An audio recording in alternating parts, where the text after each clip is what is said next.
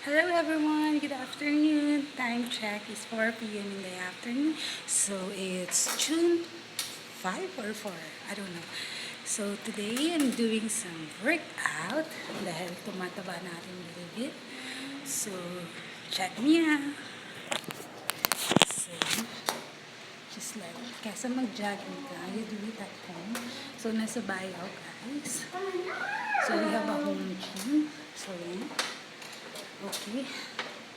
Then after that, follow me. So, after ko kasi mga anak, syempre, CS. So, tumaba.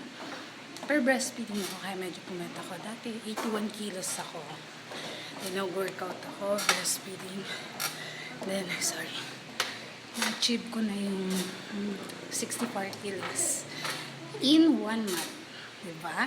It's unbelievable.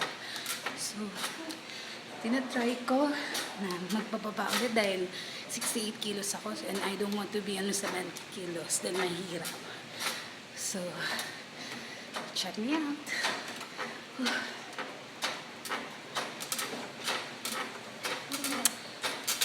Hard. At isa pa guys, ang hirap papayatin yung malaking braso.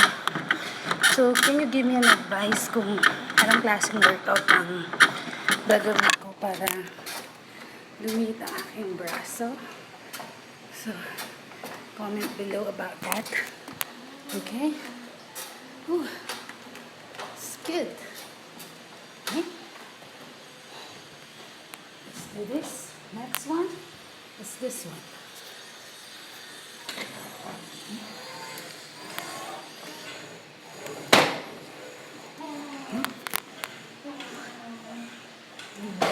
Ayan na.